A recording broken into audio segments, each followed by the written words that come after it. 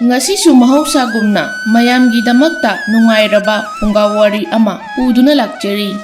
Wari asibu ibirakpana D.N. Kuman. Wari asigi mamingna Hangoy Ningthaugi macha ibungo. Thaina mamangay matam amada hangoy gi lebak ama leirami. Hairiba hangoy gi lebak asida Ningthau amasu palami. Mamingna Pukchaw haina kaurami. Hangoy Ningthau Pukchaw gi machanupa hangoy amasu leirami. Macha hangoy gi maming asi Koyumlay amana maming thonbirami. Mahaki mamingna atangba haina kaubirami. Mahaki maming atangba kauribasi atay ginate. Hangoy gi lebak asida taibang mi oninge onba ngamba. Hangoy oninge onba ngamba maram asina. Yamna tangba punsi amo oibagi. Magi mamingsu atangba haina thonkibani. Atangba na pungkag chawrakpa awanungay apapata masakhanglakpa matamdani. Nongma mapaning thauna macha atangba bukaw duna asumna hairami. Ipagi atangba, ipa ngasidagi ichada thabak ama sinaragani. Hairiba thabak asi ichana natrabadi aigi lebak asigi hangoy amata na ngamlaroy. Atangmana, ipa ibungo karamba thabakno, kayam na luba thabakno nasada takpiyudo ipa ibungo. Ipagi atangba atay aruba thabakpu natedo. Sinida Aikoy lebak asina leiribase pak chawraba pat amagi irol nungdanido. Adubu handak marakti konung ase thuna motlaki. Konung ase motlibase lanmi mayamna sengbadasu wanare. Pumnamak ase pat asida lakpa ngami kayana wahillakpa ngaktani. Makha thangba maikayda oina nga pharabasu khara phagadaba. Mathak lomda pharakpa asidadi ising ase nairakpanina. Madugi amot pa mayamduna konungda changlaktuna motlibani.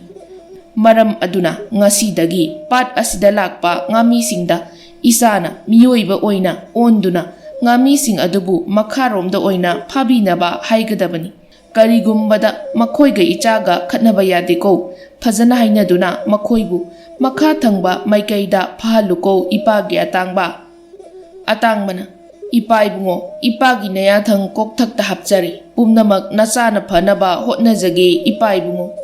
Asi hairaba matung atangbado kangphalda karaktuna mi oina onduna leirami. Ngaihaki matung miyoi khara nga phaba laklami. Matam aduda ngamisingdo nga phaba hek kumge tawbaga atangmana makhoibu khamduna asumna hairami. Mayam amukta ngaibikho. Mayam na nga phage khalibado mafam masida phabiranu. Mafam masidi nungtigi ngami kaya laktuna phaba asina. Mafam masida nga marang kaina leitrabanido. Makha thangba maike asomda oina phabiyu. Mikupta nga mayam ama phagani. Aina hairibase thazabiyu mayam. Ngami singa dusu atangmana hairibado thajarami. Mathaklom asidi numit khudingi pharami adubu makha maikaidadi ngami kaya changnaramdi. Asumna ngami singdo makha maikayda laktuna nga pharami. Atangmana haibagi matung ina nga su makha maikaydana hena pharami. Asumna numit khudingi kangphalda karaktuna mathaklomda nga phankidre. Asumna chahi kharagi matung atangba haujikti pakhang mapung pharakledo. Adubu mapa ibungona sinakiba thabak adudi ngasisu adumak pangthoktuna lakli. Nongmagi numit amada kangphal leibaki ningthaugi manay kaya nga phaba laki. Matam aduda atangmana yamlaba lanmising aduda makha thangbada phabiyu haina haijaki. Adubu lanmising adunadi atangmana hairibado thawoi usittana laurami. Aduga kumduna nga phaba horaki.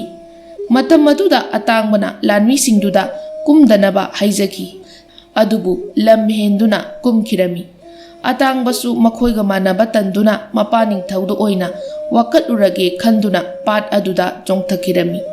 Atangmana chongthakiba sida lanmi mayamdo angawba nupa sibu haiduna nuknaki. Atangmana irol nongda asom luplaklaba matung konung yauraki aduga mapaibungoda pau pumba tamjay. Ipaibungo nacha wakal ase phathaba ngamdre. Yamlaba kangphalgi lanmi mayam amana mathak thangba maikayda kumduna nga phaba haukhri. Nasana phana kanna haijarabasu tabikidre ipaibungo. Aidi makhoisingdo mayoknaba pamlakle. Aduk yamna mi usittaba. Ipagi atangba ngaiko tapthako sagot kinune. ꯃꯤꯑꯣꯏꯕ ꯍꯥꯏꯕꯁꯤ ꯇꯨꯡꯒꯤ ꯈꯟꯗꯕ ꯀꯌꯥꯅ ꯄꯤꯛ ꯊꯜꯂꯤꯕꯅꯤ, ꯃꯈꯣꯏꯒ ꯃꯥꯟꯅꯕ ꯌꯥꯗꯦꯀꯣ꯫ ꯉꯁꯤ ꯌꯥꯗ꯭ꯔꯕꯁꯨ ꯅꯣꯡꯃꯗꯤ ꯁꯣꯏꯗꯅ ꯌꯥꯔꯛꯈꯤꯅꯤ꯫ ꯑꯗꯨꯒꯅꯦ ꯑꯇꯥꯡꯕ, ꯏꯔꯣꯜ ꯅꯨꯡ ꯑꯁꯤꯗ ꯑꯩꯈꯣꯏꯒꯤ ꯀꯣꯅꯨꯡ ꯂꯩ, ꯑꯩꯈꯣꯏꯒꯤ ꯂꯩꯕꯥꯛ ꯂꯩ ꯍꯥꯏꯕꯁꯤꯗꯤ ꯈꯪꯍꯟꯕ ꯌꯥꯗꯦꯀꯣ꯫ ꯀꯔꯤꯒꯨꯝꯕ ꯃꯈꯣꯏꯅ ꯏꯆꯥꯗ ꯎꯁꯤꯠ ꯊꯑꯣꯏꯗꯅ ꯁꯤꯡꯅꯔꯛꯂꯕꯁꯨ ꯃꯗꯣ ꯃꯥꯟꯅꯔꯝꯕ ꯌꯥꯗꯦꯀꯣ꯫ ꯑꯩꯈꯣꯏꯗꯤ ꯍꯪꯉꯣꯏꯒꯤ ꯃꯄꯣꯛꯅꯤ, ꯑꯗꯨꯒ ꯃꯈꯣꯏꯅ ꯃꯤꯑꯣꯏꯕꯒꯤ ꯃꯄꯣꯛꯅꯤ, ꯑꯗꯨꯅ ꯃꯈꯣꯏꯒ ꯑꯩꯈꯣꯏꯒ ꯀꯩꯗꯧꯅꯨꯡꯗ ꯃꯥꯟꯅꯕ ꯌꯥꯗꯦꯀꯣ꯫ ꯐꯔꯦ ꯐꯔꯦ, ꯏꯆꯥ ꯋꯥꯔꯝꯂꯒꯅꯤ, ꯄꯣꯊꯥꯖꯔꯣ꯫ ꯉꯁꯤꯒꯤꯗꯤ ꯃꯈꯣꯏꯅ ꯑꯄꯥꯝꯕꯗꯣ ꯇꯧꯖꯔꯁꯅꯨ꯫ ꯏꯄꯥ ꯏꯕꯨꯡꯉꯣ, ꯅꯌꯥꯊꯪ ꯑꯗꯨꯕꯨꯗꯤ ꯀꯥꯎꯖꯔꯣꯏ, ꯑꯗꯨꯕꯨ ꯃꯈꯣꯏꯅ ꯃꯤꯑꯣꯏꯕꯅꯤ ꯍꯥꯏꯗꯨꯅ ꯑꯁꯨꯝꯅ ꯎꯁꯤꯠꯇꯕ ꯇꯥꯔꯕꯗꯤ ꯅꯆꯥ ꯊꯋꯥꯏꯁꯦ ꯊꯥꯔꯕꯁꯨ ꯃꯈꯣꯏꯒ ꯂꯝꯕꯥꯅꯗꯨꯅ ꯄꯥꯡꯒꯜ ꯆꯥꯡ ꯌꯦꯡꯅꯈꯤꯅꯤ꯫ ꯏꯄꯥꯒꯤ ꯑꯇꯥꯡꯕ, ꯑꯗꯨꯒꯤꯁꯨ ꯃꯇꯝ ꯂꯥꯛꯈꯤꯅꯤ꯫ ꯏꯄꯥꯅ ꯈꯪꯏ ꯏꯆꯥ ꯑꯆꯝꯕ ꯃꯄꯣꯛ ꯅꯠꯇꯦ ꯍꯥꯏꯕꯁꯦ꯫ ꯇꯥꯏꯕꯪ ꯃꯄꯨ ꯃꯍꯥꯛꯄꯨ ꯅꯤꯡꯖꯗꯨꯅ ꯑꯁꯥꯎꯕꯗꯣ ꯀꯥꯎꯊꯣꯛꯅꯕ ꯍꯣꯠꯅꯔꯨꯔꯣ꯫ ꯏꯄꯥꯁꯨ ꯋꯥꯈꯜ ꯉꯥꯏꯍꯥꯛꯇ ꯈꯟꯈꯤꯒꯦ꯫ ꯐꯒꯅꯤ ꯏꯄꯥ ꯏꯕꯨꯡꯉꯣ꯫ ꯑꯁꯨꯝꯅ ꯑꯇꯥꯡꯕꯗꯣ ꯃꯥꯒꯤ ꯀꯥꯗ ꯆꯪꯂꯛꯇꯨꯅ ꯇꯥꯏꯕꯪ ꯃꯄꯨ ꯃꯍꯥꯛꯄꯨ ꯅꯤꯡꯖꯗꯨꯅ ꯑꯁꯥꯎꯕ ꯄꯨꯝꯕ ꯀꯥꯎꯅꯅꯕ ꯍꯣꯠꯅꯖꯔꯤ꯫ ꯃꯊꯪꯒꯤ ꯅꯨꯃꯤꯠꯅꯤ ꯑꯇꯥꯡꯕꯗ ꯃꯄꯥꯅꯤꯡꯊꯧꯅ ꯑꯁꯨꯝꯅ ꯑꯃꯨꯛ ꯍꯥꯏꯔꯛꯈꯤ꯫ ꯏꯄꯥꯒꯤ ꯑꯇꯥꯡꯕ, ꯌꯦꯡꯉꯨ ꯑꯩꯒꯤ ꯂꯩꯕꯥꯛ ꯑꯁꯤꯒꯤ ꯍꯪꯉꯣꯏ ꯃꯌꯥꯝꯁꯦ, ꯉꯁꯤ ꯅꯨꯃꯤꯗꯥꯡꯗꯤ ꯀꯧꯖꯦꯡ ꯆꯥꯍꯟꯕꯤꯌꯨ ꯍꯥꯏꯅ ꯍꯥꯏꯔꯤ꯫ ꯀꯨꯏꯔꯦ ꯆꯍꯤ ꯃꯁꯤꯡ ꯊꯤꯉꯝꯗꯅ ꯀꯧꯖꯦꯡ ꯆꯥꯈꯤꯗ꯭ꯔꯕꯅꯤ, ꯑꯗꯨꯕꯨ ꯏꯆꯥꯅ ꯃꯤ ꯑꯣꯟꯕ ꯉꯝꯕ ꯑꯁꯤꯗ ꯃꯈꯣꯏꯅ ꯉꯁꯤꯗꯤ ꯀꯧꯖꯦꯡ ꯆꯥꯅꯤꯡꯉꯤ ꯍꯥꯏꯔꯤ꯫ ꯃꯁꯤꯕꯨ ꯏꯆꯥꯅ ꯄꯤꯖꯕ ꯉꯝꯒꯗ꯭ꯔꯥꯅꯦ? ꯏꯄꯥ ꯏꯕꯨꯡꯉꯣ, ꯑꯗꯨꯒꯤ ꯋꯥ ꯑꯣꯏꯔꯦꯀꯣ꯫ ꯅꯆꯥꯁꯨ ꯑꯗꯨ ꯐꯥꯎꯕꯗꯤ ꯉꯝꯕ ꯌꯥꯏ, ꯄꯨꯛ ꯊꯟꯕ ꯊꯟꯗꯕꯗꯤ ꯈꯪꯖꯗꯦ, ꯑꯗꯣ ꯂꯨꯔꯤꯕꯗꯤ ꯀꯧꯖꯦꯡ ꯃꯇꯧ ꯀꯔꯝꯅ ꯐꯥꯒꯅꯤ ꯑꯁꯤꯅꯤ꯫ ꯏꯄꯥꯒꯤ ꯑꯇꯥꯡꯕ, ꯏꯆꯥꯅꯕꯨ ꯃꯌꯥꯝꯁꯦ ꯄꯤꯖꯒꯦ ꯅꯤꯡꯂꯕꯗꯤ ꯏꯄꯥ ꯋꯥ ꯍꯥꯏꯒꯦ꯫ ꯏꯄꯥꯒꯤꯗ ꯏꯟ ꯑꯃ ꯂꯩ, ꯏꯟ ꯑꯁꯦ ꯄꯥꯏꯗꯨꯅ ꯀꯪꯐꯥꯜꯗ ꯆꯠꯂꯨ, ꯑꯗꯨꯒ ꯂꯕꯨꯛ ꯂꯝꯍꯥꯡꯗ ꯈꯣꯟꯒꯗꯧꯕꯅꯤ꯫ ꯑꯗꯨꯝ ꯇꯧꯗꯨꯅ ꯀꯧꯖꯦꯡ ꯐꯥꯒꯗꯧꯕꯅꯤꯀꯣ꯫ ꯐꯔꯦ ꯐꯔꯦ, ꯑꯗꯨꯒ ꯉꯥꯃꯤꯁꯤꯡ ꯊꯦꯡꯅꯔꯕꯗꯤ ꯃꯈꯥ ꯊꯪꯕ ꯃꯥꯏꯀꯩꯗ ꯐꯥꯅꯅꯕ ꯍꯥꯏꯔꯝꯃꯨꯀꯣ꯫ ꯑꯁꯤ ꯍꯥꯏꯔꯕ ꯃꯇꯨꯡ ꯑꯇꯥꯡꯕꯗꯣ ꯏꯟ ꯑꯃ ꯄꯥꯏꯗꯨꯅ ꯀꯪꯐꯥꯜꯗ ꯀꯥꯈꯠꯂꯛꯈꯤ, ꯑꯗꯨꯒ ꯉꯥꯏꯍꯥꯛ ꯐꯝꯗꯨꯅ ꯂꯩꯔꯝꯃꯤ꯫ ꯃꯇꯝ ꯑꯗꯨꯗ ꯉꯥꯃꯤ ꯈꯔꯁꯨ ꯂꯥꯛꯄ ꯎꯔꯝꯃꯤ꯫ ꯉꯥꯃꯤꯁꯤꯡ ꯑꯗꯨꯅ ꯑꯇꯥꯡꯕꯒꯤ ꯃꯅꯥꯛ ꯍꯦꯛ ꯌꯧꯔꯛꯄꯒ ꯑꯇꯥꯡꯕꯅ ꯉꯥꯃꯤꯁꯤꯡ ꯑꯗꯨꯗ ꯃꯈꯥ ꯃꯥꯏꯀꯩꯗ ꯉꯥ ꯐꯥꯕꯤꯅꯕ ꯍꯥꯏꯖꯔꯝꯃꯤ꯫ ꯉꯥꯃꯤꯁꯤꯡ ꯑꯗꯨꯁꯨ ꯃꯈꯥ ꯃꯥꯏꯀꯩꯗ ꯆꯠꯇꯨꯅ ꯉꯥ ꯐꯥꯕ ꯍꯧꯈꯤ꯫ ꯑꯇꯥꯡꯕꯁꯨ ꯏꯟ ꯑꯗꯣ ꯄꯥꯏꯗꯨꯅ ꯂꯕꯨꯛ ꯂꯝꯍꯥꯡꯗ ꯀꯧꯖꯦꯡ ꯐꯥꯕ ꯂꯥꯛꯂꯝꯃꯤ꯫ ꯉꯥꯏꯍꯥꯛ ꯑꯁꯨꯝ ꯂꯥꯛꯂꯕ ꯃꯇꯨꯡ ꯇꯨꯔꯦꯜ ꯑꯃꯒꯤ ꯃꯄꯥꯜꯗ ꯀꯧꯖꯦꯡ ꯈꯔ ꯊꯦꯡꯅꯔꯝꯃꯤ꯫ ꯀꯧꯖꯦꯡ ꯑꯗꯣ ꯑꯇꯥꯡꯕꯅ ꯄꯥꯏꯔꯤꯕ ꯏꯟ ꯑꯗꯨꯅ ꯈꯣꯟꯗꯨꯅ ꯐꯥꯔꯝꯃꯤ꯫ ꯑꯁꯨꯝꯅ ꯄꯨꯡꯖꯥ ꯈꯔ ꯈꯣꯜꯂꯕ ꯃꯇꯨꯡ ꯏꯔꯣꯜꯅꯨꯡꯗ ꯑꯃꯨꯛ ꯀꯨꯝꯂꯛꯇꯨꯅ ꯀꯧꯖꯦꯡ ꯃꯌꯥꯝꯗꯣ ꯃꯄꯥꯅꯤꯡꯊꯧꯗ ꯄꯤꯔꯝꯃꯤ꯫ ꯃꯄꯥꯅꯤꯡꯊꯧꯅ ꯀꯧꯖꯦꯡ ꯃꯌꯥꯝ ꯑꯗꯣ ꯃꯥꯒꯤ ꯂꯩꯕꯥꯛꯀꯤ ꯍꯪꯉꯣꯏꯁꯤꯡꯗ ꯌꯦꯟꯊꯣꯛꯂꯝꯃꯤ꯫ ꯑꯁꯨꯝꯅ ꯅꯨꯃꯤꯠ ꯈꯔꯅꯤ ꯍꯧꯈ꯭ꯔꯕ ꯃꯇꯨꯡꯅꯤ ꯑꯇꯥꯡꯕ ꯀꯧꯖꯦꯡꯒꯤ ꯃꯍꯥꯎ ꯀꯥꯎꯕ ꯉꯝꯗ꯭ꯔꯗꯨꯅ ꯀꯧꯖꯦꯡ ꯐꯥꯕ ꯑꯃꯨꯛ ꯂꯥꯛꯂꯝꯃꯤ꯫ ꯀꯧꯖꯦꯡ ꯈꯔ ꯐꯥꯔꯨꯔꯕ ꯃꯇꯨꯡ ꯄꯥꯠ ꯑꯗꯨꯒꯤ ꯃꯄꯥꯟꯗ ꯂꯥꯛꯇꯨꯅ ꯀꯧꯖꯦꯡ ꯑꯗꯣ ꯍꯥꯎꯅ ꯆꯥꯖꯔꯤ꯫ ꯑꯗꯨꯒꯤ ꯃꯇꯨꯡ ꯃꯥꯒꯤ ꯀꯣꯅꯨꯡꯗ ꯍꯟꯈꯤ꯫ ꯑꯁꯨꯝꯅ ꯀꯧꯖꯦꯡꯒꯤ ꯃꯍꯥꯎ ꯀꯥꯎꯕ ꯉꯝꯗ꯭ꯔꯗꯨꯅ ꯅꯨꯡꯇꯤ ꯅꯨꯃꯤꯠ ꯈꯨꯗꯤꯡꯒꯤ ꯀꯧꯖꯦꯡ ꯐꯥꯕ ꯂꯥꯛꯂꯝꯃꯤ, ꯑꯗꯨꯒ ꯃꯄꯥꯅ ꯁꯤꯟꯅꯕꯤꯕ ꯊꯕꯛ ꯑꯗꯨꯁꯨ ꯉꯥꯛꯅ ꯆꯠꯆꯔꯤ꯫ ꯅꯣꯡꯃꯒꯤ ꯅꯨꯃꯤꯠ ꯑꯃꯗ ꯑꯇꯥꯡꯕꯅ ꯀꯧꯖꯦꯡ ꯑꯁꯨꯝ ꯊꯤꯔꯛꯂꯝꯃꯤ, ꯑꯗꯨꯕꯨ ꯀꯧꯖꯦꯡꯗꯤ ꯑꯃꯠꯇ ꯊꯦꯡꯅꯔꯝꯗꯦ꯫ ꯑꯇꯥꯡꯕꯅ ꯑꯍꯥꯟꯕ ꯀꯧꯖꯦꯡ ꯐꯥꯈꯤꯕ ꯇꯨꯔꯦꯜ ꯑꯗꯨꯒꯤ ꯃꯄꯥꯟꯗ ꯑꯁꯨꯝ ꯂꯥꯛꯇꯨꯅ ꯀꯧꯖꯦꯡ ꯑꯁꯨꯝ ꯈꯣꯜꯂꯝꯃꯤ꯫ ꯃꯍꯥꯛꯅ ꯀꯧꯖꯦꯡ ꯈꯣꯜꯂꯤꯕ ꯇꯨꯔꯦꯜ ꯑꯁꯦ ꯀꯣꯅꯨꯡꯒ ꯌꯥꯝꯅ ꯅꯛꯅꯕ ꯃꯐꯝ ꯑꯃꯅꯤ꯫ ꯑꯁꯨꯝꯅ ꯑꯇꯥꯡꯕꯅ ꯀꯧꯖꯦꯡ ꯈꯣꯟꯗꯨꯅ ꯑꯁꯨꯝ ꯂꯥꯛꯂꯤ꯫ ꯃꯇꯝ ꯑꯗꯨꯗ ꯅꯨꯄꯤ ꯈꯔꯅ ꯃꯆꯥ ꯏꯕꯦꯝꯃꯕꯨ ꯀꯟꯕꯤꯌꯨ, ꯏꯔꯣꯜꯅꯨꯡꯗ ꯇꯥꯁꯤꯟꯈ꯭ꯔꯦ ꯍꯥꯏꯅ ꯀꯞꯅ ꯀꯞꯅ ꯍꯥꯏꯖꯔꯤ꯫ ꯃꯇꯝ ꯑꯗꯨꯗ ꯑꯇꯥꯡꯕꯅ ꯅꯨꯄꯤꯁꯤꯡ ꯑꯗꯨꯒꯤ ꯃꯅꯥꯛꯇ ꯂꯥꯛꯇꯨꯅ ꯑꯁꯨꯝꯅ ꯍꯥꯏꯔꯝꯃꯤ꯫ ꯏꯆꯟꯁꯤꯡ, ꯃꯆꯥ ꯏꯕꯦꯝꯃ ꯃꯐꯝ ꯀꯗꯥꯏꯗ ꯇꯥꯁꯤꯟꯈꯤꯕꯅꯣ?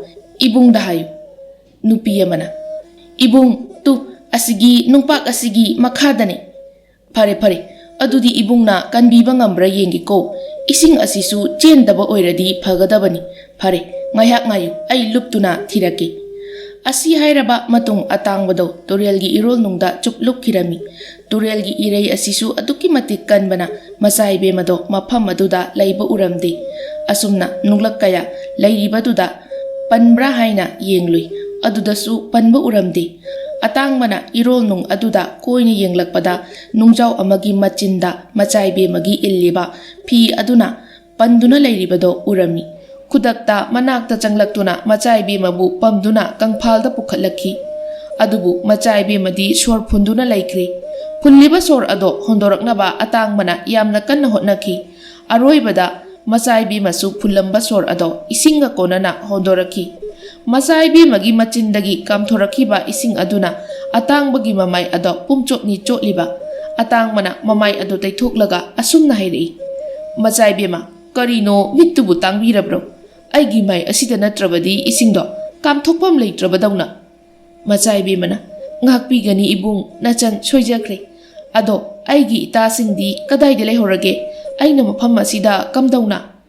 Atangmana Machaibema nahaki nataroisingdi nakhoini irujaramba mafam aduda leihorabani. Nahak ase irol nungda lupkhibadagi natasing aduna kanbiyu haibado aina tabadagi nahaku irol nungdagi kanbirakpani. Aduga kangphal da karakpa matamdadi mafam ase nahakna leiramba mafam duga yamna tamnaramli. Kallaba irei asina nahaku mafam asi phawba purakhibani. Ado Machaibema karisu pakhatkanu. Nahak nasa kaisu tawdreko. Lao nataroisingi nakta ubirage. Asumna hairaba matung atangmana Machaibemabu puduna laki. Ngaihak laklaba matung matasinga thengnarami. Matasing adunasu atangbabu thagatpirami. Atangbasu chatlagi hairamlaga mamai leithoki. Matam aduda Machaibemana ibung amukta ngaibikhoba. Ibunggi ming kari kaubage mafam kadaidagino nachanda mukta takpiramo. Matang sabada ibunggi laman singjage. Atangmana Machaibema kari gilamno aidi khangdeko ado aibudi pat nate pat lalaga laiba khul amadagini ming budi atangba haina kaujai ado ai hallage ipa ningthau hekta soikiba ipa ibungona ibu halakte hairamani wai khara si hairamlaga atangba khonglai thuna chatkirami atangba chatkrabada Machaibemada mataroi amana asumna hairaki. Machaibema hojiki nupa adubu atopa leibaki ningthau macha oiridrane. Mapa ningthausu hai mapa ibungosu ko ka ngaujaida angawbo misakti mande hojiki ibungdo. Machaibemana khoini ita nahakna haigumdana hojiki ibungdo achamba misakti mande atopa leibaki Machaibungo soidana oigani. Ado ita pat asilalaga karamba leibakbu leibage kanadi konungkarasi ipa ningthauda hanglage. Asi hainaraba matung Machaibema amadi mataroisingdo konungda halaki. Konung hek yaubaga Machaibemana mapada pat asi lalaga karamba leibak leibage haina hanglami. Mapa ningthauna Machaibemada asumna hairaki. Ipagi imom pat asi hek lanbaga atopa leibak ama leiribani. Ado leibak aduga ikhoigadi changthok changsin pakna tawnadedo. Maramdi pat adu lalaga chatpa ngamnade. Chatpa tarabasu pat adugi mapanda koina chatkadawbani. Isingdo lalaga chatpadi yade. Maram aduna leibak ado chatpada tha amagi matam changlibani. Aduna hairiba leibak aduga aikhoigadi chathok chachin kaya tawnade. Adu imombu kari tawrabage. Ipa ningthau namom kari su tawjade. Asum khangningdana hangjabani. Adudi namom amuk chacharagi. Asi hairamlaga Machaibemado magi kada changkirami. Amaromda atangbasu pat yauraduna irol nungda lupkirami aduga mikupta konung yaukirami. Atangmana lakpo ubada mapa ningthauna asumna hairaki. Ipagi atangba ngasidi thengida isabu kadaida chatlubage. Ado ipagi atangba ipadi ikawbu kawrure. Isana chawba mapung pharakanda ichagi matik chaba khulai ama pigi khanna leirakpani. Adubu ipadi thau mayamsina ikawbu kawruredana. Atangmana ipa ibungo nasa ngasidi kaujeng khara thiringai thengdokre nasa bungak pigani. Ado ipa ibungo kari karamba khulaino ipana nasada pibige hairibasibo nasa khangningbana langtaknari. Ipagi atangba ipana soidana khangangani isada soidana pigani lau ipagi tung ilau. Asumna mapa macha ka amada lakminarami. Ka adu hegyaubaga ka adubu ngakliba hangoi amana ningthaubu khurumjai. Aduga ka ado hangoi manaiduna hangdoklami. Thong adu hek hangdokpaga chawraba nung ama leirami. Nung aduda mapa ningthauna ahumlak makok lukthaduna khurumjai. Mapagi mataw yenglaga atangbasu nung aduda ahumlak khurumjari. Asumna ꯀꯥ ꯑꯗꯨꯗ ꯁꯅꯥ ꯃꯆꯨꯒꯤ ꯎꯄꯨ ꯃꯆꯥ ꯑꯃ ꯂꯩꯔꯤꯕꯗꯨ ꯌꯦꯡꯂꯒ ꯃꯄꯥ ꯅꯤꯡꯊꯧꯅ ꯑꯁꯨꯝꯅ ꯍꯥꯏꯔꯛꯈꯤ, "ꯏꯄꯥꯒꯤ ꯑꯇꯥꯡꯕ, ꯎꯔꯕ꯭ꯔꯥ ꯁꯅꯥ ꯃꯆꯨꯒꯤ ꯎꯄꯨ ꯑꯁꯦ?" "ꯏꯄꯥ ꯏꯕꯨꯡꯉꯣ, ꯅꯆꯥ ꯎꯖꯔꯦ." "ꯏꯄꯥꯒꯤ ꯑꯇꯥꯡꯕ, ꯑꯗꯨꯗꯤ ꯎꯄꯨ ꯑꯁꯦ ꯃꯈꯨꯝ ꯍꯥꯡꯗꯣꯛꯎ, ꯑꯗꯨꯒ ꯀꯔꯤ ꯌꯥꯎꯕꯒꯦ ꯌꯦꯡꯉꯨ, ꯏꯆꯥꯅ ꯄꯣꯠꯁꯛ ꯑꯗꯣ ꯄꯥꯝꯃꯤ ꯄꯥꯝꯗꯦ ꯌꯦꯡꯉꯨꯗꯣ."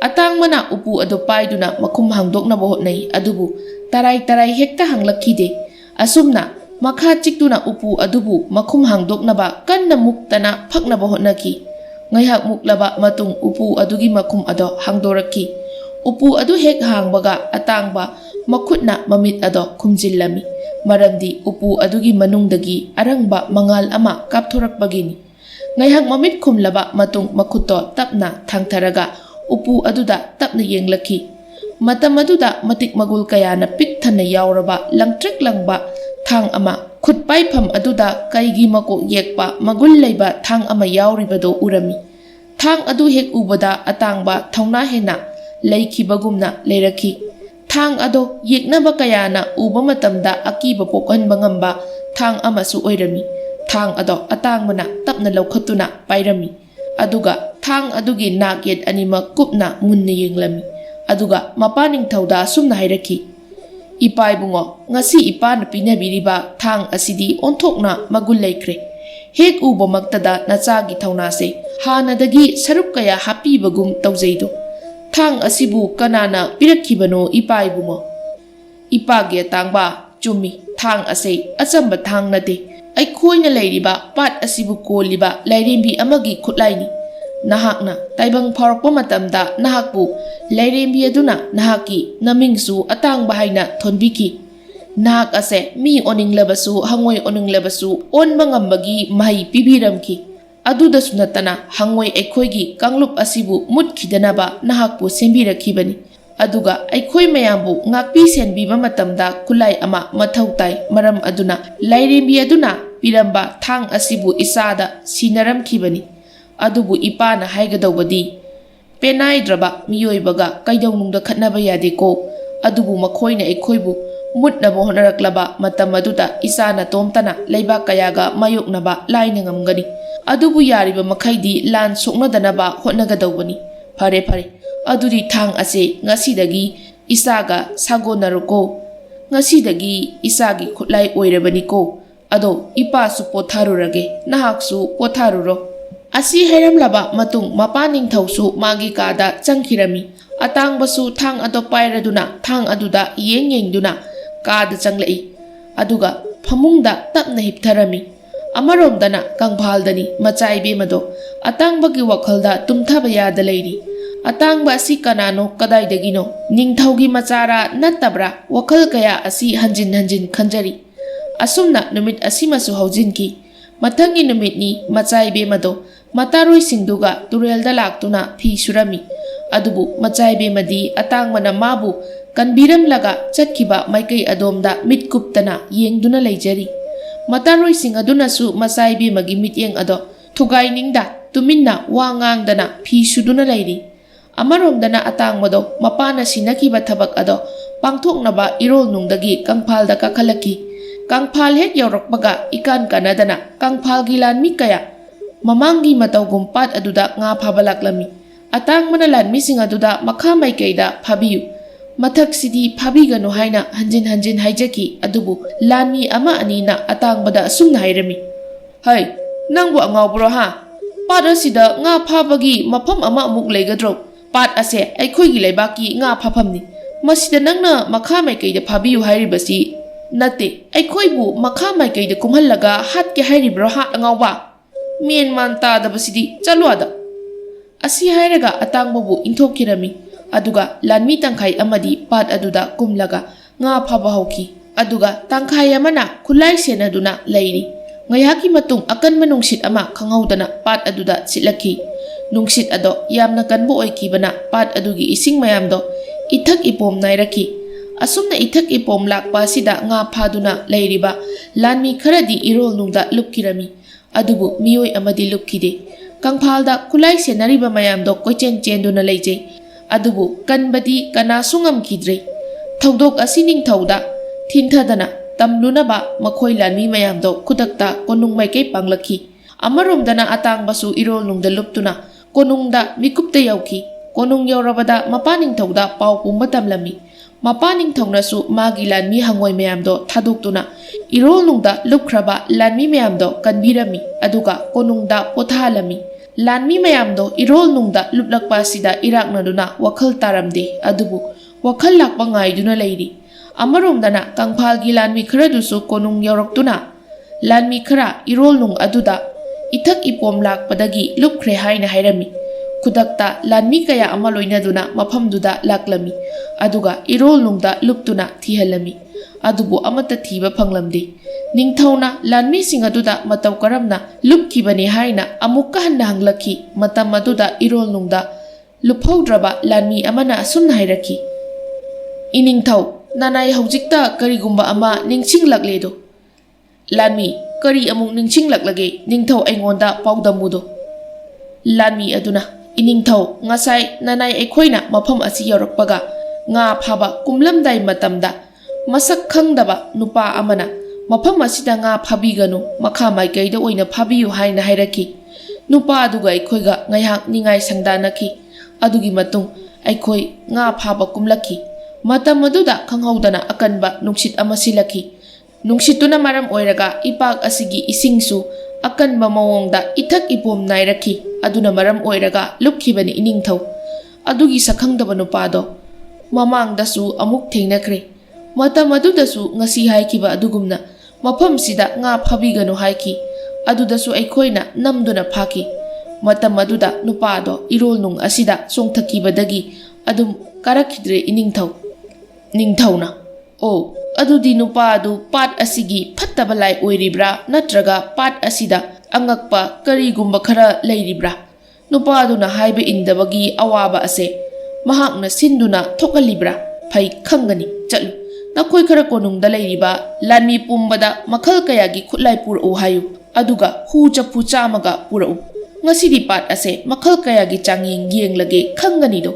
ꯑꯁꯤ ꯍꯥꯏꯕꯗꯒꯤ ꯂꯥꯟꯃꯤ ꯈꯔ ꯀꯣꯅꯨꯡꯗ ꯈꯣꯡꯂꯩ ꯊꯨꯅ ꯆꯠꯂꯝꯃꯤ ꯑꯗꯨꯒ ꯀꯣꯅꯨꯡꯒꯤ ꯂꯥꯟꯃꯤ ꯈꯨꯗꯤꯡꯗ ꯅꯤꯡꯊꯧꯅ ꯍꯥꯏꯔꯛꯈꯤꯕ ꯄꯨꯝꯕ ꯍꯥꯏꯔꯝꯃꯤ꯫ ꯈꯨꯗꯛꯇ ꯂꯥꯟꯃꯤ ꯃꯌꯥꯝ ꯑꯗꯨꯁꯨ ꯃꯥꯒꯤ ꯃꯥꯒꯤ ꯈꯨꯠꯂꯥꯏ ꯄꯥꯏꯅꯗꯨꯅ ꯏꯄꯥꯛ ꯑꯗꯨꯗ ꯆꯠꯅꯕ ꯁꯦꯝ ꯁꯥꯔꯝꯃꯤ ꯑꯗꯨꯒ ꯂꯥꯟꯃꯤ ꯈꯔ ꯑꯃꯅ ꯍꯨ ꯆꯐꯨ 100 ꯄꯥꯏꯗꯨꯅ ꯂꯩꯔꯝꯃꯤ꯫ ꯑꯁꯨꯝꯅ ꯂꯥꯟꯃꯤ ꯃꯌꯥꯝꯗꯣ ꯀꯣꯅꯨꯡ ꯊꯥꯗꯣꯛꯇꯨꯅ ꯆꯠꯈꯤꯔꯝꯃꯤ꯫ ꯂꯥꯟꯃꯤ ꯃꯌꯥꯝ ꯑꯃꯠꯇ ꯊꯝꯂꯝꯗ ꯆꯠꯈꯤꯕ ꯑꯗꯨꯗ ꯃꯆꯥꯏꯕꯦꯝꯃꯁꯨ ꯃꯇꯥꯔꯣꯏꯁꯤꯡꯗꯨꯒ ꯂꯥꯟꯃꯤꯁꯤꯡꯗꯨꯒꯤ ꯃꯇꯨꯡ ꯏꯜꯂꯛꯈꯤ꯫ ꯑꯁꯨꯝꯅ ꯄꯨꯡꯖꯥ ꯑꯃꯒꯤ ꯃꯇꯨꯡ ꯏꯄꯥꯛ ꯑꯗꯣ ꯌꯧꯔꯛꯈꯤ꯫ ꯏꯄꯥꯛ ꯑꯗꯨ ꯍꯦꯛ ꯎꯕꯗ ꯃꯆꯥꯏꯕꯦꯝꯃꯗꯣ ꯋꯥꯈꯜ ꯑꯃ ꯈꯜꯂꯛꯈꯤ꯫ ꯋꯥꯈꯜ ꯑꯗꯨꯗꯤ ꯑꯇꯥꯡꯕꯗ ꯃꯆꯥꯏꯕꯦꯝꯃꯅ ꯀꯗꯥꯏꯗꯒꯤꯅꯣ ꯃꯤꯡ ꯀꯔꯤ ꯀꯧꯕꯒꯦ ꯍꯪꯖꯕꯗ ꯑꯇꯥꯡꯕꯅ ꯄꯥꯠ ꯍꯥꯏꯔꯒ ꯋꯥ ꯊꯩꯗꯣꯛꯈꯤꯕꯗꯣ ꯅꯤꯡꯁꯤꯡꯂꯛꯈꯤ꯫ ꯃꯆꯥꯏꯕꯦꯝꯃꯁꯨ ꯄꯥꯠ ꯑꯗꯨꯗ ꯂꯥꯛꯄ ꯎꯕꯗ ꯃꯄꯥꯅꯤꯡꯊꯧꯅ ꯌꯥꯝꯅ ꯁꯥꯎꯅ ꯃꯃꯣꯝꯕꯨ ꯀꯧꯁꯤꯜꯂꯛꯈꯤ ꯑꯗꯨꯒ ꯀꯣꯅꯨꯡꯗ ꯍꯟꯈꯤꯅꯕ ꯍꯥꯏꯔꯛꯈꯤ꯫ ꯃꯇꯝ ꯑꯗꯨꯗ ꯃꯃꯣꯝꯅ ꯑꯣꯏꯅ ꯁꯥꯎꯅ ꯍꯥꯏꯔꯛꯈꯤ, "ꯏꯄꯥꯅꯤꯡꯊꯧꯕꯨ ꯉꯥꯎꯔꯕ꯭ꯔꯣ? ꯀꯣꯅꯨꯡꯗꯨꯗ ꯂꯥꯟꯃꯤ ꯀꯅꯥꯁꯨ ꯂꯩꯇ ꯅꯃꯣꯝꯒ ꯏꯇꯥ ꯈꯔꯁꯤꯒ ꯀꯔꯝꯅ ꯂꯩꯍꯧꯒꯗꯧꯔꯤꯕꯅꯣ? ꯐꯠꯇꯕ ꯃꯤꯑꯣꯏ ꯀꯌꯥꯅ ꯅꯃꯣꯝꯕꯨ ꯁꯔꯥꯛ ꯇꯝꯕꯤꯈ꯭ꯔꯕꯗꯤ ꯑꯗꯨꯔꯣ ꯏꯄꯥꯅꯤꯡꯊꯧꯅ ꯄꯥꯝꯂꯤꯕꯁꯦ?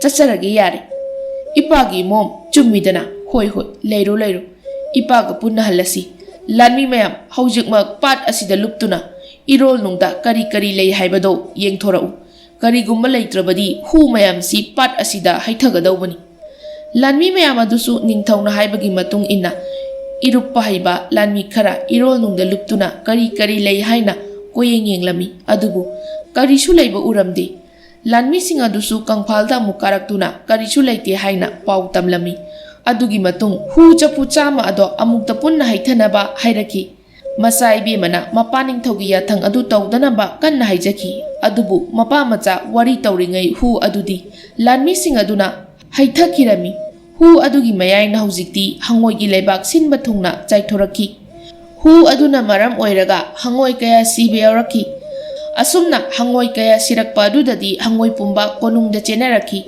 ꯑꯗꯨꯒ ꯍꯪꯉꯣꯏ ꯃꯌꯥꯝꯗꯨꯅ ꯍꯪꯉꯣꯏ ꯅꯤꯡꯊꯧꯗ ꯃꯊ꯭ꯋꯥꯏ ꯀꯟꯕꯤꯌꯨ ꯍꯥꯏꯅ ꯍꯥꯏꯖꯈꯤ꯫ ꯀꯣꯅꯨꯡꯗ ꯆꯦꯜꯂꯛꯇꯨꯅ ꯂꯥꯛꯈꯤꯕ ꯍꯪꯉꯣꯏꯁꯤꯡꯗꯤ ꯑꯃꯠꯇ ꯁꯤꯈꯤꯗ꯭ꯔꯦ ꯑꯗꯨꯕꯨ ꯀꯣꯅꯨꯡ ꯂꯥꯛꯄ ꯉꯝꯍꯧꯗꯕ ꯍꯪꯉꯣꯏ ꯀꯌꯥꯗꯤ ꯃꯊ꯭ꯋꯥꯏ ꯊꯥꯔꯗꯨꯅ ꯏꯁꯤꯡ ꯃꯊꯛꯇ ꯇꯥꯎꯈꯠꯈꯤꯔꯝꯃꯤ꯫ ꯐꯤꯚꯝ ꯑꯁꯤ ꯌꯧꯔꯕꯗ ꯍꯪꯉꯣꯏ ꯅꯤꯡꯊꯧꯅ ꯃꯥꯒꯤ ꯃꯆꯥ ꯑꯇꯥꯡꯕꯗ ꯑꯁꯨꯝꯅ ꯁꯥꯎꯅ ꯍꯥꯏꯔꯛꯈꯤ, Ipagi atangba haujingmak langi thaurang sem saro mi usittaba kana kanano yengtho'u aduga naning tamna lan thengnaruro ipana yathang pirabani khudaksida irol nungdagi khongsalo ipagi atangba aduga mafam asida hugi mayak mangnaba aigi konungda thamliba ising chapu mayam se khudakta haido'u lanmising asumna hangoi mayam duna ising chapu singdo thugairami asumna ising chapu thamlibasi kariguma matamda ngami kayana hu sijenaduna nga phaba yauribani hu adugi mayakpu ngakthoknaba semkiba isingni hangoi mayam duna angamba thongna phudoktuna ising chapu mathang mathang thugai bahauri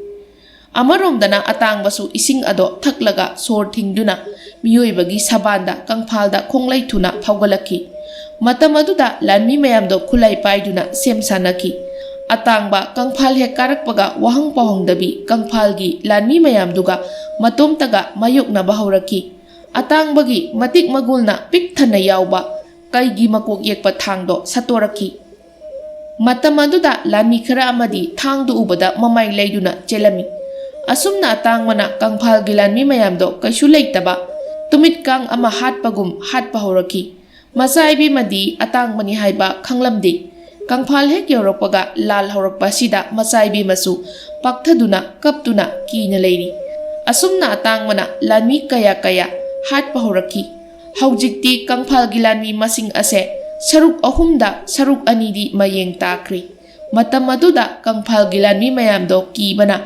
atangbagi mamangda lepangamkidre matam aduda atangmana asumna hairaki hey pangdaba ningthau nahaki kari natik laidana pat asida hu thadaduna aikhoigi kanglupu muthatki thorang libano mioi po oiraga aduk pokchel pikpa aduk thamoi pikpa nahaki su mikup asida aroibo oijaro yengu ipak asida nga kaya amadi hangoi kaya thawai thaduna tauduna leibase makhoi asisu nakhoigumna thawai pali nungsiba khangi awaba khanglibani he pangdaba ningthau nahakpu loisinba haibase aigi ipa ningthaugi yathangni nahakpu hatlaga nahaki nakok ado irol nungda putharaga aigi ipa ningthauda katkani ningthauna ngai kho thauna phaba aikhoina laklibase irol nungda lukkiba aigi lanmising adubu thiba laklibani adubu lanmi amata thiba phangkidre irol nung asida kari phattaba leibagino khangningbagi hu ase thadakibani hayu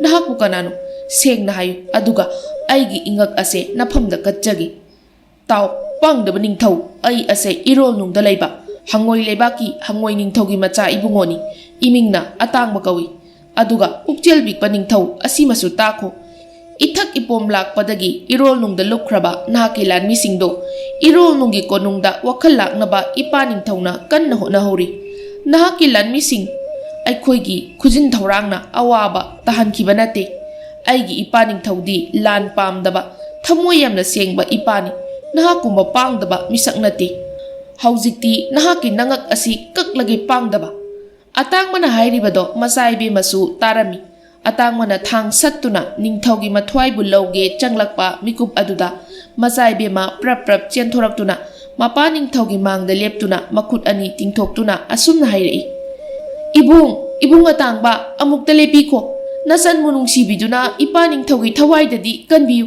ibungdi pukjal chawba misakni haiba nachan nahana khangjakre aigi ipa ningthaubu hatki haina tasengna leplabadi ipa kainabagi maichak khangdringai aibu hana hatpiyu ibung asi hairaga leimaida masa ado tusillaga kapchari masai bemagi matau ubada atangbodo thawai yamna nungaijaramdi atangbodo magi matik magul leiba thang ado hapjinkhre masai bemado wa makha taraki ibung nahakna nachangi thawai kanbiramkhiba mikuptagina ngasi phawba ibunggi wakhalda ahing nungtil tumba yada ibunggi wakhal khanduna leijakibani aduk pukchel chawba minungsi leiba ibungna karigi phattaba ipagumna wakhal chelibanu atangmana masai bema warobiganu ai ase asawbana mang thakra male aigi hangoi kanglup kaya mikupsida mathwai thakre aikhoigi hangoi lebakta hangoi kaya mama mapa machin manaw setna khainakre nahak ipa ningthauna thadarakhiba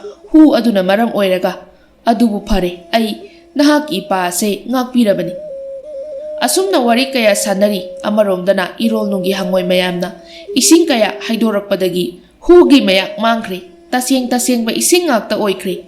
Matam masida ngasaidagi wakhal tarudraba kangphalgi lanmi mayamdo mikap thoklakhi. Wakhal tarakhi aduga makhoina leiribasi kadaidano haina koyeng yengjai adubu makhoigi mitmangda hangoi ngakta leiba oina urami makhoisingdo mangla taibangla khangjakhide adubu khara amanadi makhoi irol nungda iraknaduna siraba thawai ngaktani aikhoina leiribase asi leibak yoramdaigi mafam amani haina thajanaki nakan amaromdana ningthaudo atangbada makhutlonaduna lale haina haijaki ningthauna thawna phaba pukjel chawba nahaki nafamda ningthau ai lankhre asengbadi nakhoigi hangoi kanglupu muthatlage khanna hu thadakiba natte masimadi asengbadi thajabi nahaki nabukjel ubada ningthau ai maithiri atangbana iningthau adumna khutlo nabiganu pumnamak achumaran khangdana asawbana mang tharuba aigisu ira leirabani haujikti aigi iranbu ngakpi aduga iningthau aigi lebakta chatlusi aduga irol nungda iraknaduna luktiba mayamduga wari saduna achum aran khanganido asumna hairabada ningthau adusu harauna yarami amaromdana machaibe masu irol nungda lai hairiba atangbagi konung ado masak uningduna masu lakke haina hairakhi atangbana su ayaba pirami asumna machaibe ma amadi ningthau adubu mamit usilhali aduga mikupta irol nungi konungda thunglakhi atangbana ningthau amadi machaibe mabu mamit pangthoklo hairakhi aduga atangbagi mapa ningthaugi nakta usilakhi machaibe madi lairamlenda chatpa phangjabagum wakhalda phaujari asumna atangbagi mapagi mangda makhoi ahum yorakhi atangbana mapa ningthauda asumna haijari ipai bungo nacha hanjarakli aduga kangphalgi iningthau amadi machaibe masu yarakli hangoi ningthauna o phambiyu maru phammu ichagumbi atangba chatlu nahakna saba yaba thakpa yaba ahau athum kaya khutlai thuna semduna purau atangmana ipai bungogi yathang pangthokjage nacha semjaruragi mapa masagi thogalon ubada kangphalgi ningthau ado kalakpa phaujai asumna hangoi ningthauna kangphalgi ningthauda asumna hairaki marup haina kaujagedo aihakna lankhiba pumba ngakpiyudo marup tasengbadi aisu thamoi yamna pikpa ningthau adudi ai natte marupki kanglupu sihaningduna muthatke khankibasu leijade tasengna irol nung asida phattaba mi chaba lai amadi sanga leirabra khanduna hu thadajakhibani masigidamak marupna aihaku pukchel chawna ngakpiyudo hangoi ningthauna marup adugidamak karisu khanbiganu aisu asawbana mang thakiduna aigi matta yaujaba isa atangbada kangphalda leiba yeknaba pumba hatlu haina yathang pijaruri masigidamak ngakpiyudo marup tasengna aigi punsidi lan pamjade aduga miyoibana khoiga lansingnabagi itiksu leijade adubu haujikti pumnamak kaukthoknarasido saunabagi mahut aikhoi pumba thawai panba ngaktani amata oina nungsinana hingminarasido aduga marup nahaki lanmi khara kuidri wakhal tarakhiba makhoibu wakhal taraknaba aigi inai kayana hotnakhibani makhoigi manglamgadauraba thawai khuding kankhibani marupna konungda hankhibada makhoibusu pubikho marup tanjaduda atangbasu hangoi lanmi amaga tawduna athum ahau kaya pujarai habisido ipai bungo masaibema se mahau yengbiu masaibemana ibung masaibema haina kaubiganu mingau aduna maram oiraga nasangi thawai se yamna nungaijade masaibema haina kaubagi mahutta ichan laija haina kaubiu nasangi ming laija kaujai ibung atangbagi mapana atangba isa laijana mafam sida laklingai asida mafam asigi phajaba kaya yenghanbikho ipa su marupka waringai hak sakhige asi haibadagi atangmana laijabu irol nungi phajaba mafam kaya da koina pubirami laija tasengna atangbagi naktagi kangphalda hanba pamlamde adubu nupini karamna hairugani asumna ngai hak koiraba matung mapana kaurakpadagi atangba amuk mapagi nakta laki asumna atangmana laija amadi mapa ningthau aduga lanmi mayamdo mikupta kangphalda puraki asumna atangbasu irol nungda kumlaki makhoisu chatkri numit asidagi hauna pat aduda kangphal ningthauna ngami amata kumhankidre atangbasu nungtigi laijagi nakta laktuna unarami laija amadi atangbasu yamna nungsinaraki makhoi anigi mari asi mapa ani makna khanglaki Nongma atangbagi mapana Laizagi mapada Laizabu mamau oizarage hairaki. Matam aduda Laizagi mapana su harauna ayaba piki. Karigi piroidage matik magul kayana pithana yauraba thang paiba thongna phaba atangbani.